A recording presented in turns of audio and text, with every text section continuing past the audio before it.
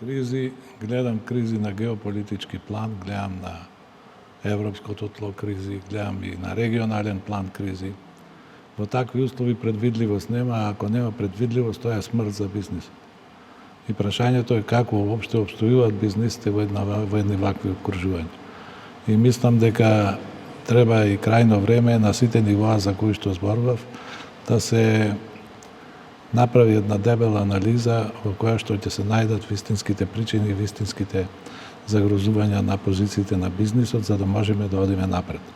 Оти ако бизнисот кој кохезионен фактор и ги намалува сите ризици кои што постојат и сите да кажам спротивставености кои што постојат во едно општество,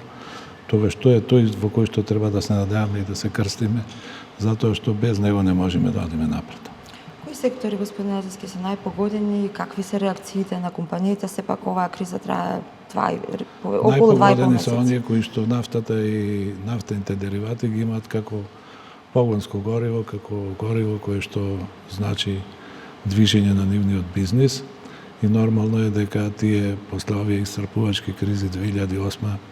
финансиската криза, па економската криза, 16-та, 17-та, па после дојде кризата нели со ковидот, па дојде енергетска криза и така натаму, се на некој начин исчеличија да ги прескокнуваат проблемите кои што настануваат и на таков начин да практично се одолеат на овие кризи, така да и сега во оваа ситуација имаше брза реакција која што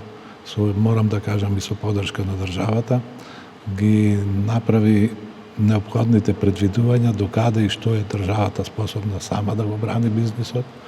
и нејзиниот опстанок, докаде треба меѓународна помош за тоа, а докаде влегуваме во зона на голем ризик.